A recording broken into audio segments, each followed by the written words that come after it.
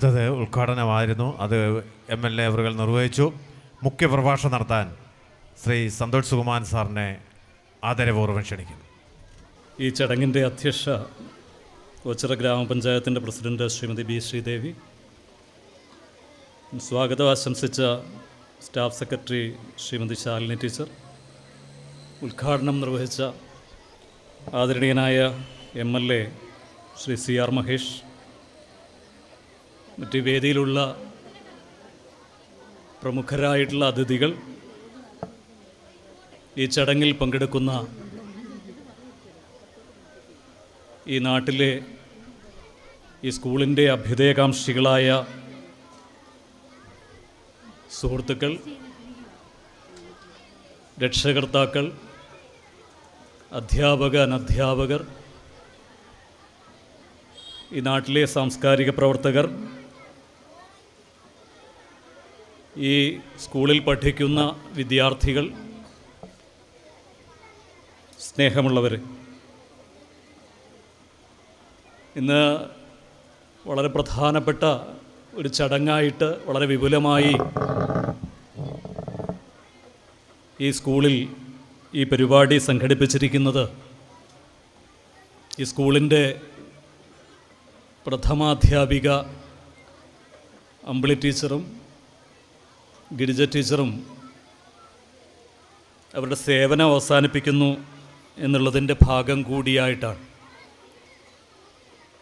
അവരോടുള്ള സ്നേഹ ബഹുമാനങ്ങൾ അവരെ അറിയിക്കാൻ വേണ്ടി കൂടിയാണ് ഈ ചടങ്ങ് ഇത്ര പ്രാമുഖ്യത്തോടു കൂടി കുറച്ച് വൈകിട്ടാണെങ്കിലും നമ്മളെല്ലാവരും കൂടി ചേർന്ന് സംഘടിപ്പിച്ചിട്ടുള്ളത്. ഒരു ഗ്രാമാന്തരീക്ഷത്തിലെ വിദ്യാലയത്തിന് വലിയ പ്രാധാന്യമുണ്ട് എന്നുള്ള കാര്യം ഗ്രാമപഞ്ചായത്ത് പ്രസിഡന്റ് അവരുടെ അധ്യക്ഷ പ്രസംഗത്തിൽ പറയുകയും ചെയ്തു. സ്വാഗതം ആശംസിച്ചപ്പോൾ ശാലിനി ടീച്ചറും അതിനെക്കുറിച്ച് പറഞ്ഞു. ദീർഘപാരമ്പര്യമുള്ള ഒരു വിദ്യാലയത്തിൻ്റെ പ്രാമുഖ്യത്തെക്കുറിച്ച് ആണ് അവരിരുവരും പറഞ്ഞത്. സാധാരണ രീതിയിൽ ഒരു സ്കൂളിൽ നിന്ന് വിദ്യാഭ്യാസം കഴിഞ്ഞ് പുറത്തു പോയിട്ട് പിന്നീട് ആ സ്കൂളിൻ്റെ പറമ്പിലേക്ക് അല്ലെങ്കിൽ അതിൻ്റെ അങ്കണത്തിലേക്ക് തിരിച്ചു വരുമ്പോഴാണ് ഈ സ്കൂൾ എന്തായിരുന്നു എന്നുള്ള കാര്യം, നമുക്കെന്തായിരുന്നു എന്നുള്ള കാര്യം നമുക്ക് കൃത്യമായിട്ട് മനസ്സിലാവുക. പഠിക്കുമ്പോഴല്ല, പഠിപ്പ് കഴിഞ്ഞ് പോയതിന് ശേഷം, പോയിട്ട് മടങ്ങി വരുമ്പോൾ, അങ്ങനെ മടങ്ങി ഒരു സ്കൂളിൻ്റെ അങ്കണത്തിലേക്ക് തിരിച്ചു വരുമ്പോൾ നമ്മളുടെ ഹൃദയം വല്ലാത്ത തരത്തിൽ ഭ്രമിക്കും. മനസ്സ് വ്യത്യസ്തമായിട്ടുള്ള കാലങ്ങളിലൂടെയൊക്കെ സഞ്ചരിക്കും. നമ്മൾ ആർജിച്ചിട്ടുള്ള ജീവിതത്തിൻ്റെ എല്ലാ സത്ഫലത്തെക്കുറിച്ചും നമ്മൾ ആലോചിക്കും. ഈ വിദ്യാലയം അതിന് എങ്ങനെ നമ്മളെ പ്രാപ്തമാക്കി എന്നുള്ളത് ആലോചിക്കുമ്പോൾ നമ്മുടെ ഹൃദയത്തിനുള്ളിൽ ഒരുപാട് തരത്തിലുള്ള കൃതജ്ഞത അങ്ങനെ നിറഞ്ഞ് വരും. അത് എല്ലാ പൂർവ്വ വിദ്യാർത്ഥികളെ സംബന്ധിച്ചിടത്തോളവും അനുഭവിക്കാൻ സാധിക്കുന്ന അവസ്ഥയാണ്. ഏത് വിദ്യാലയവും ആ തരത്തിലാണ് ഒരാളിനെ പുനർനിർണയിക്കുന്നത്. അവസാനം അയാൾ ഇറങ്ങി പോയിട്ട് മടങ്ങി വരുമ്പോൾ, അല്ലെങ്കിൽ ആ വിദ്യാലയത്തെക്കുറിച്ച് ആലോചിക്കുമ്പോൾ, ഈ ചടങ്ങ് ആരംഭിക്കുമ്പോൾ മുതൽ ഞാൻ പഠിച്ച എൻ്റെ വ്യത്യസ്തമായിട്ടുള്ള വിദ്യാലയങ്ങളെക്കുറിച്ചൊക്കെ ഞാൻ ആലോചിച്ചു പോയി. ഞാൻ റിട്ടയർ ചെയ്തിട്ട് 3 വർഷങ്ങളാവുന്നു. 2022 മാർച്ച് മാസമാണ് ഞാൻ എൻ്റെ സർക്കാർ ജീവനം അവസാനിപ്പിക്കുന്നത്. കഴിഞ്ഞ 2 മാസത്തിന് മുമ്പാണ് ഞാൻ സ്കൂൾ ഫൈനൽ പാസ്സായ തിരുവനന്തപുരത്തെ വളരെ പ്രസിദ്ധമായിട്ടുള്ള ഒരു സ്കൂളിൽ പൂർവ്വ വിദ്യാർത്ഥികളെ എല്ലാം കൂടി അവർ ക്ഷണിച്ചതിൻ്റെ ഭാഗമായിട്ട് ആ സ്കൂളിലേക്ക് ഞാൻ പോയത്. ആ സ്കൂളിലേക്ക് പോകാതിരിക്കാൻ കഴിഞ്ഞില്ല എന്നുള്ളതാണ് അതിൻ്റെ ഒരു പ്രാധാന്യം. ഞാൻ വെറും 2 വർഷം മാത്രമേ അവിടെ പഠിച്ചിട്ടുള്ളൂ. എന്നെ പഠിപ്പിച്ച ഒരുപാട് അധ്യാപകർ അവരുടെ ജീവിതം അവസാനിച്ച് ആകാശത്ത് തിളങ്ങുന്ന നക്ഷത്രങ്ങളായി മാറിയിട്ടുണ്ട്. പക്ഷേ ആ സ്കൂളിൻ്റെ കവാടം കഴിഞ്ഞ് ഇത്ര പ്രായമുള്ള, ഇത്ര അധികം വർഷത്തിന് ശേഷം കടന്നു വരുന്ന ഒരാൾ എന്നുള്ള രീതിയിൽ ആ പാതയിലൂടെ സ്കൂളിലേക്ക് നടന്നു ചെല്ലുമ്പോൾ എന്നെ സംബന്ധിച്ചിടത്തോളം എൻ്റെ മനസ്സിൻ്റെ ഉള്ളിൽ ഒരുപാട് സ്മരണകൾ ഇങ്ങനെ ഇരമ്പി പാഞ്ഞ് വന്നു. എന്നെ വ്യത്യസ്തമായിട്ടുള്ള വിഷയങ്ങൾ പഠിപ്പിച്ച അധ്യാപകർ, വളരെ പ്രസിദ്ധനും പ്രഗത്ഭനുമായിരുന്ന മണ്ണന്തല വേലായുധൻ നായർ എന്ന് പറയുന്ന ഞങ്ങളുടെ ദൈവതുല്യനായി കണ്ടിരുന്ന ഹെഡ് മാസ്റ്റർ, അവിടെ എന്നോടൊപ്പം പഠിച്ച വിദ്യാർത്ഥികൾ, ആ സ്കൂളിൽ നിന്ന് നോക്കിയാൽ തിരുവനന്തപുരത്തിൻ്റെ നഗരത്തിൻ്റെ പച്ചപ്പും സൗന്ദര്യവുമൊക്കെ മനോഹരമായിട്ട് കാണാൻ സാധിക്കുന്ന ഒരു കുന്നിൻപുറത്തെ വിദ്യാലയം. ആ വിദ്യാലയത്തിനോട് ചേർന്ന് ഞാൻ പിന്നീട് കലാലയ വിദ്യാർത്ഥി എന്നുള്ള രീതിയിൽ പഠിച്ച മാർ ഇവാനിയോസ് കോളേജ്, ഇതൊക്കെ എന്നെ സംബന്ധിച്ചിടത്തോളം എൻ്റെ മനസ്സിൽ വളരെ തരളിതമായിട്ടുള്ള ഒരുപാട് ചിന്തകളെ തന്നു. അപ്പോൾ എൻ്റെ മനസ്സിലൂടെ ഒരു ചലച്ചിത്രം പോലെ ഞാൻ ആദ്യമായിട്ട് ആ വിദ്യാലയത്തിലേക്ക് എൻ്റെ അച്ഛനോടൊപ്പം കടന്ന് വന്നതും ആ ക്ലാസ്സിൽ ഇരുന്നതും എൻ്റെ സഹവിദ്യാർത്ഥികളെ ഓരോരുത്തരെ പരിചയപ്പെട്ടതും അധ്യാപകർ വ്യത്യസ്തമായിട്ടുള്ള വിഷയങ്ങൾ പഠിപ്പിച്ചപ്പോൾ ആ ക്ലാസ്സുകളിൽ നടന്ന രസകരവും അത്ര രസകരമല്ലാത്തതുമായിട്ടുള്ള ഓരോ സന്ദർഭങ്ങളും എൻ്റെ ഉള്ളിലേക്കിങ്ങനെ കടന്ന് വന്നു. അപ്പം ഇത് ഒരു വലിയ അനുഗ്രഹമാണ്. അങ്ങനെ സാധിക്കുക എന്നുള്ളത് ഒരു വലിയ അനുഗ്രഹമാണ്. വിദ്യാലയം എന്നുള്ളത് നമ്മുടെ ജീവിതത്തിലെ, വിദ്യാലയകാലം എന്ന് പറയുന്നത് നമ്മുടെ ജീവിതത്തിലെ വളരെ പ്രധാനപ്പെട്ട ഒരു കാലവുമാണ്. അത് നമ്മൾക്ക് വിലപ്പെട്ടതാണെന്ന് തോന്നുന്നത് പലപ്പോഴും നമ്മളുടെ ജീവിതത്തിൻ്റെ യാത്രയിൽ ആ വിദ്യാലയത്തിലേക്ക് നമ്മൾ മടങ്ങി വരികയോ ആ വിദ്യാലയത്തിൽ ഒരു ചടങ്ങിൽ പങ്കെടുക്കുകയോ അവിടുത്തെ ഒരു ചടങ്ങിൽ നമ്മൾ സാക്ഷ്യം വഹിക്കുകയോ അവിടെ വെച്ച് നമ്മളെ പഠിപ്പിച്ച അധ്യാപകരെയും ഞങ്ങളുടെ വിദ്യാർത്ഥികളെയും സഹപാഠികളെയും ഒക്കെ കാണാൻ സാധിക്കുകയോ ഒക്കെ ചെയ്യുമ്പോഴാണ് എന്ന് ഞാൻ പറയാൻ ഉദ്ദേശിച്ചത്. നിങ്ങളെ സംബന്ധിച്ചിടത്തോളം നിങ്ങളുടെ വളരെ പ്രധാനപ്പെട്ട 2 അധ്യാപകർ, നിങ്ങളുടെ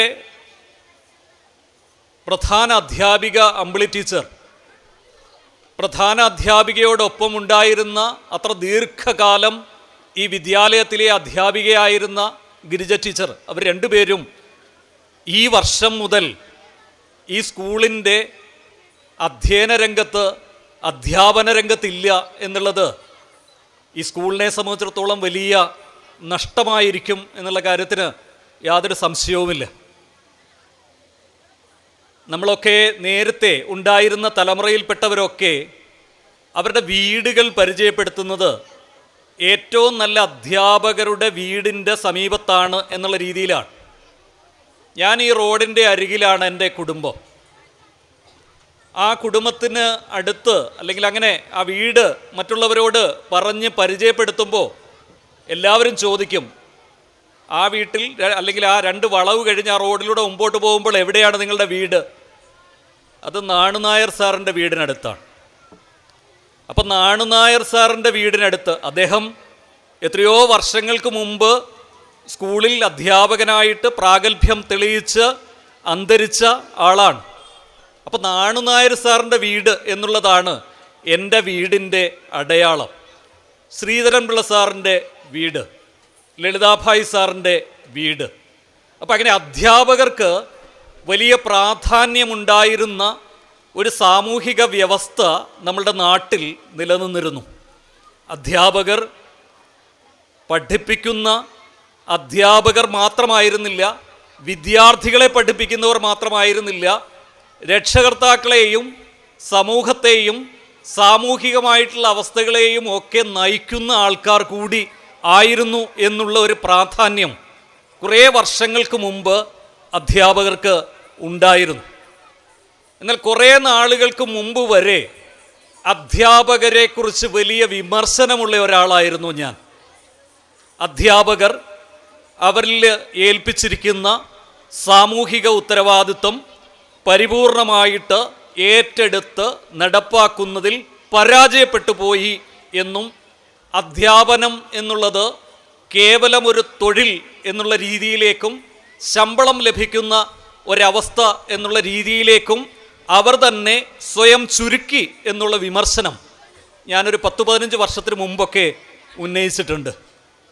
പക്ഷേ ഈ കഴിഞ്ഞ 7-10 വർഷക്കാലമായി ഞാൻ അധ്യാപകരെയും വിദ്യാലയങ്ങളെയും ഒക്കെ കൃത്യമായിട്ട് നിരീക്ഷിച്ചു വരുന്ന ഒരാൾ കൂടിയാണ്.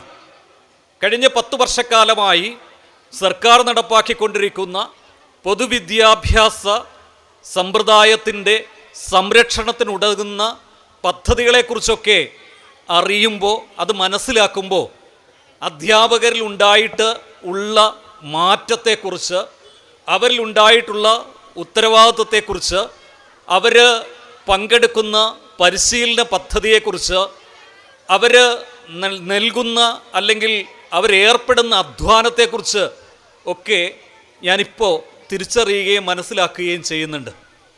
ഒരു സാധാരണ അധ്യാപകർക്ക് സർക്കാർ ഏതൊക്കെ തലങ്ങളിൽ, ഏതൊക്കെ വിഷയങ്ങളിൽ, ഏതൊക്കെ രംഗങ്ങളിൽ എങ്ങനെയൊക്കെ തുടർ പരിശീലനവും വിദ്യാഭ്യാസവും നൽകുന്നു എന്നുള്ളത് ഞാൻ അതിൻ്റെ ഒരു രീതി പലപ്പോഴും മനസ്സിലാക്കാൻ ശ്രമിക്കുന്നതിലൂടെ ഉൾക്കൊള്ളാൻ തയ്യാറാവാറുണ്ട്. ഇപ്പോൾ അടുത്ത കാലത്തൊക്കെ ഏതെല്ലാം പദ്ധതികൾ പൊതുവിദ്യാലയങ്ങളിൽ നടന്നു വരുന്നു, മറ്റ് സമാന്തര വിദ്യാഭ്യാസ സ്ഥാപനങ്ങൾക്കില്ലാത്ത ഒരുപാട് സൗഭാഗ്യങ്ങൾ നമ്മളുടെ പൊതുവിദ്യാലയങ്ങൾക്ക് ഇപ്പോഴുണ്ട് എന്നുള്ളത് നമ്മളുടെ സമൂഹം ഇപ്പോൾ തിരിച്ചറിഞ്ഞ് വരുന്നുണ്ട് എന്നാണ് ഞാൻ മനസ്സിലാക്കുന്നത്.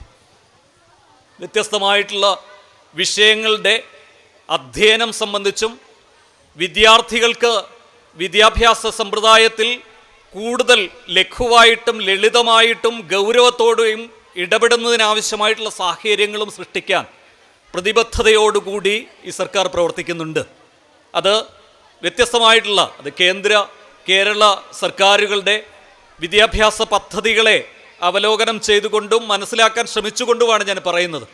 ഏതൊക്കെ തരത്തിൽ അധ്യയനവും വിദ്യാഭ്യാസവും എങ്ങനെ ഒക്കെ കൂടുതൽ സങ്കീർണമാകുന്നോ ആ സങ്കീർണമായിട്ടുള്ള അവസ്ഥകളെ കൂടുതൽ ലഘുകരമാക്കുന്നതിനാവശ്യമായിട്ടുള്ള ഇടപെടൽ സർക്കാരിൻ്റെ ഭാഗത്തു നിന്നുണ്ടാകുന്നുണ്ട്. അതിനെ വിജയിപ്പിക്കുന്നതിനാവശ്യമായിട്ടുള്ള ഇടപെടൽ അധ്യാപകർ നടത്തുന്നുണ്ട്, അധ്യാപകരുടെ ഭാഗത്തു നിന്നുണ്ടാകുന്നുണ്ട്. അതുകൊണ്ട് തന്നെ പൊതുവിദ്യാഭ്യാസ സ്ഥാപനങ്ങളിലെ അധ്യാപകർ വലിയ രീതിയിൽ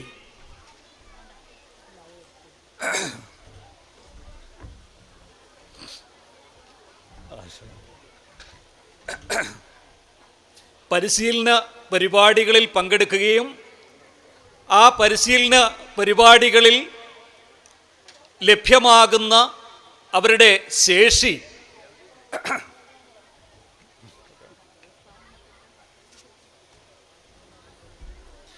വലിയ രീതിയിൽ വിദ്യാർത്ഥികൾക്കും വിദ്യാർത്ഥി ലോകത്തിനും അതുവഴി സമൂഹത്തിനും പ്രയോജനകരമായിട്ടുള്ള തരത്തിൽ വിനിയോഗിക്കുകയും ചെയ്യുന്നുണ്ട് എന്നുള്ളതാണ് അധ്യാപക ലോകത്തും വിദ്യാർത്ഥികളുടെ ലോകത്തും അധ്യാപന രംഗത്തും ഉണ്ടായിട്ടുള്ള പുതിയ പ്രവണത എന്നുള്ളത്. അത്തരത്തിലുള്ള പ്രവണതകൾ വളർന്നു വരുന്നത് കൊണ്ടാണ് നമ്മളെ സംബന്ധിച്ചിടത്തോളം വിദ്യാലയങ്ങളിൽ നടക്കുന്ന പരിപാടികളിൽ സജീവമായിട്ടുള്ള രക്ഷാകർതൃ അതുപോലെ തന്നെ സമൂഹത്തിൻ്റെ വ്യത്യസ്തമായിട്ടുള്ള തലങ്ങളിൽ നിന്നുള്ള പ്രാതിനിധ്യം വലിയ രീതിയിൽ വർദ്ധിച്ചിട്ടുള്ളത്. വിദ്യാലയങ്ങളിൽ നടക്കുന്ന വ്യത്യസ്തമായിട്ടുള്ള പരിപാടികളെ ക്രിയാത്മകമായിട്ട് കാണാനുള്ള തരത്തിലുള്ളൊരു മനോഭാവം, അത്തരത്തിലുള്ള ഒരു ബോധം സമൂഹവും രക്ഷകർതൃ സമൂഹവും വലിയ രീതിയിൽ വളർത്തിയെടുത്തിട്ടുണ്ട് എന്നുള്ളത് ആശാസ്യകരമായിട്ടുള്ള ഒരു കാര്യമാണ്, ആശാസ്യമായിട്ടുള്ള മാറ്റമാണ് ഈ കാലത്ത് ഉണ്ടായിട്ടുള്ളത്. നമ്മുടെ നാട്ടിലെ വിദ്യാലയങ്ങളെ സംരക്ഷിക്കത്തക്ക തരത്തിലുള്ള ഒരു ബോധ്യത്തിലേക്ക് പൊതുസമൂഹം ഉയർന്നു വരികയും ആ തരത്തിലുള്ള ഉത്തരവാദിത്വം ഏറ്റെടുത്തുകൊണ്ട് തദ്ദേശ സ്വയംഭരണ സ്ഥാപനങ്ങൾ ഉൾപ്പെടെയുള്ള ബോഡികൾ, ജനാധിപത്യ ബോഡികൾ വലിയ രീതിയിൽ പ്രവർത്തിക്കുകയും ചെയ്യുന്നത് വലിയ സന്തോഷം നൽകുന്ന ഒരു അനുഭവമാണ്. അതുകൊണ്ട് തന്നെ നമ്മളെ സംബന്ധിച്ചിടത്തോളം നമ്മളുടെ വിദ്യാർത്ഥികൾ കൂടുതൽ ഫലപ്രദമായി അവർക്ക് അവരുടെ വേദികളെ പ്രയോജനപ്പെടുത്തുകയും ഉപയോഗിക്കുകയും ചെയ്യുന്നു.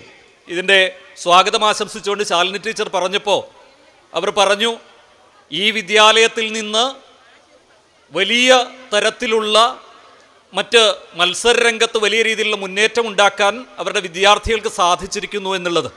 അവർ ശാസ്ത്ര രംഗത്തായാലും ഗണിത ശാസ്ത്ര രംഗത്തായാലും ഭാഷാധ്യയനത്തിൻ്റെ രംഗത്തായാലും മറ്റ് കലാകായിക മത്സരങ്ങളിലായാലുമൊക്കെ സജീവമായിട്ട് എല്ലാ വിദ്യാർത്ഥികളും പങ്കെടുക്കുകയും അവർ അതിൽ സമ്മാനിതരാവുകയും പങ്കെടുക്കുന്നതിൻ്റേതായിട്ടുള്ള സന്തോഷവും ആവേശവും പങ്കെടുക്കുന്ന ആ അവസ്ഥയുടെ ആവേശം വലിയ രീതിയിൽ ഉൾക്കൊള്ളുകയും ഒക്കെ ചെയ്യുന്നത് വലിയ മാറ്റമാണ് കാണിക്കുന്നത്.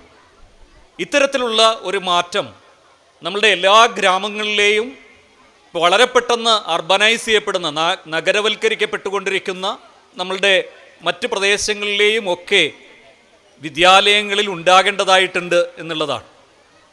അടിസ്ഥാനപരമായിട്ടുള്ള വിദ്യാഭ്യാസം നൽകുന്ന വിദ്യാലയങ്ങൾ പ്രധാനമായിട്ട് ഒരുപാട് വെല്ലുവിളികൾ നേരിടുന്നുണ്ട്. ആ വെല്ലുവിളികൾ നേരിടുന്നതിനാവശ്യമായിട്ടുള്ള മനോഭാവവും പരിശീലനവും അധ്യാപകർക്ക് ലഭിക്കുമ്പോൾ അതിനുവേണ്ട പിന്തുണ നൽകിക്കൊണ്ട് രക്ഷകർത്താക്കളും സമൂഹത്തിലെ മറ്റ് അഭ്യുദയകാംക്ഷികളും അവരുടെ വലിയ രീതിയിലുള്ള ഒരു സഹകരണം ഉറപ്പുവരുത്തുന്നതിനാവശ്യമായിട്ടുള്ള ശ്രമം എല്ലായ്പ്പോഴും ഉണ്ടാകണം എന്നുള്ളതാണ് ഈ യാത്രയയപ്പ് ചടങ്ങിൽ നിൽക്കുമ്പോൾ എനിക്ക് പറയാനുള്ളത്. ബഹുമാനപ്പെട്ട പഞ്ചായത്ത് പ്രസിഡന്റ് പറഞ്ഞപ്പോൾ പറഞ്ഞു, വളരെ പ്രഗത്ഭരായിട്ടുള്ള 2 അധ്യാപകർ അവരുടെ സേവനം ഇവിടെ അവസാനിപ്പിക്കുന്നു എന്നുള്ളത്. അധ്യാപകരുടെ സേവനം ഒരിക്കലും അവസാനിക്കുന്നേ ഇല്ല എന്നുള്ളതാണ് അവരുടെ ആ ജോലിയുടെ, ആ സേവനത്തിൻ്റെ ഒരു പ്രധാനപ്പെട്ട മഹിമ. ഞാൻ പറഞ്ഞല്ലോ 3 വർഷത്തിന് മുമ്പാണ് ഞാൻ റിട്ടയർ ചെയ്തത്. ആ റിട്ടയർ ചെയ്ത് ഞാൻ അതുവരെ ധരിച്ചിരുന്ന എൻ്റെ യൂണിഫോം ഊരി തൂക്കുമ്പോൾ, ഞാൻ എൻ്റെ തലയിൽ വെച്ചിരുന്ന തൊപ്പി അഴിച്ചു വയ്ക്കുമ്പോൾ ഞാൻ ആലോചിച്ചു, എനിക്ക് എന്താണ് അറിയാവുന്നത്? എനിക്ക് അറിയാവുന്ന ഒരേ ഒരു ജോലി 2022 മാർച്ച് 31 വരെ ചെയ്ത ജോലിയാണ്. അതിനുശേഷം ഒരു ജോലിയും ചെയ്യാൻ അറിഞ്ഞുകൂടാത്ത ആളാണ് ഞാൻ. പക്ഷേ അമ്പിളി ടീച്ചറും ഗിരിജ ടീച്ചറിനെ സംബന്ധിച്ചിടത്തോളം അവരുടെ ജോലി അവസാനിച്ചിട്ടൊന്നുമില്ല.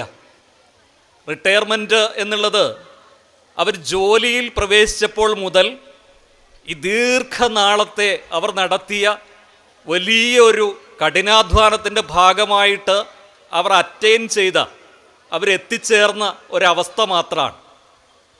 അവർ ആ ഒരു ബഹുമതി ഈ 2025 മാർച്ച് 31 കൂടി ആ ഒരു വലിയ പദവിയിൽ എത്തിച്ചേരും എന്നുള്ള കാര്യം ആ ജോലിയിൽ പ്രവേശിച്ചപ്പോൾ മുതൽ അവർക്കറിയാം. ആ സ്ഥലത്തേക്ക് എത്തിച്ചേരാൻ വേണ്ടിയിട്ടായിരുന്നു അവർ ഇത്രയും നാൾ ഈ കഠിന പരിശ്രമമൊക്കെ നടത്തിയത്.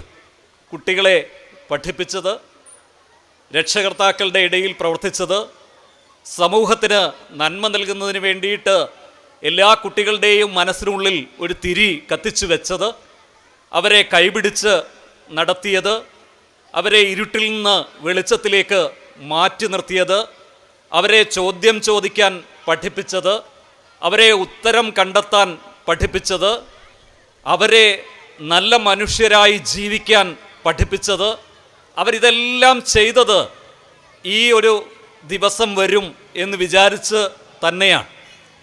അവരെ സംബന്ധിച്ചിടത്തോളം അവർ ഈ ജോലിയിൽ പ്രവേശിച്ച ആദ്യ കാലത്തെ സൗകര്യങ്ങളിൽ നിന്ന് ഈ 2025 അവർ ഈ കുടുംബത്തിൽ നിന്ന് ഇറങ്ങുമ്പോൾ ഇതിൻ്റെ സൗകര്യങ്ങൾ വർദ്ധിപ്പിച്ചിട്ടുണ്ട്. ഇവിടുത്തെ കുട്ടികളുടെ കഴിവുകൾ വർദ്ധിപ്പിച്ചിട്ടുണ്ട്. ഇവിടുത്തെ അധ്യയന സമ്പ്രദായത്തിൽ വലിയ രീതിയിലുള്ള മാറ്റം വരുത്തിയിട്ടുണ്ട്. അവർക്ക് ഒരുപാട് പേരുടെ സ്നേഹം ആർജിക്കാൻ സാധിച്ചിട്ടുണ്ട്. ഒരുപാട് കുഞ്ഞുങ്ങൾ ഇനി അവരുടെ റിട്ടയർമെൻറ്റ് കാലത്തും ഇവരെ ഇരുവരെയും ഓർക്കാനും മാത്രമുള്ള തരത്തിലുള്ള നിക്ഷേപം അവരുടെ മനസ്സിൽ അവർ നടത്തിയിട്ടുണ്ട്. അപ്പോൾ അതുകൊണ്ട് തന്നെ ഈ 31 അവസാനിക്കുന്നില്ലല്ലോ അവരുടെ പ്രവർത്തനം. അവരിനിയും ഒരു റിട്ടയർമെൻറ്റ് മുമ്പിൽ കണ്ടുകൊണ്ട് ഈ തുടർ പ്രവർത്തനത്തിൽ ഉണ്ടാകും എന്നാണ് ഞാൻ വിചാരിക്കുന്നത്. ഈ ഒരു വേദി കിട്ടിയപ്പോൾ ദീർഘമായിട്ട് സംസാരിക്കാം എന്ന് വിചാരിക്കുകയല്ല, മറിച്ച് എപ്പോഴും വിദ്യാലയങ്ങളും അധ്യാപകരും, ഈ വേദിയിൽ തന്നെ ഗീത ടീച്ചറെ പോലെയുള്ള ആൾക്കാർ ഇരിപ്പുണ്ട്, അവരെ പോലെയുള്ള മഹത്തായിട്ടുള്ള വലിയ സംഭാവനകൾ നൽകിയിട്ടുള്ള ആൾക്കാരും ഹൃദയത്തെ പ്രചോദിപ്പിക്കുന്നത് കൊണ്ട് സംസാരിച്ചു പോകുന്നതാണ്. ഈ രണ്ടു പേർക്കും ആയുസ്സും ആരോഗ്യവും വലിയ രീതിയിൽ അവരിറങ്ങി നടക്കുന്ന വഴിയിലെല്ലാം അവരുടെ ശിഷ്യരും അവരുടെ മറ്റ് അഭ്യുദയകാംക്ഷികളും ചെലുത്തുന്ന സ്വാധീനവും അവരെ നയിക്കട്ടെ എന്ന് മാത്രം പ്രാർത്ഥിച്ചുകൊണ്ട് ഈ ചടങ്ങിൽ സംബന്ധിക്കുന്നതിന് എനിക്കൊരു അവസരമുണ്ടായതിലുള്ള സന്തോഷം അറിയിച്ചുകൊണ്ട് ഈ വിദ്യാലയത്തിലെ മറ്റെല്ലാ അധ്യാപക അനധ്യാപകർക്കും വിദ്യാർത്ഥികൾക്കും സ്നേഹമുള്ള ഒരു പുതിയ വർഷം ആശംസിച്ചുകൊണ്ട് ഞാൻ എൻ്റെ വാക്കുകൾ അവസാനിപ്പിക്കുകയാണ്. നിങ്ങൾക്കെൻ്റെ അഭിവാദ്യങ്ങൾ.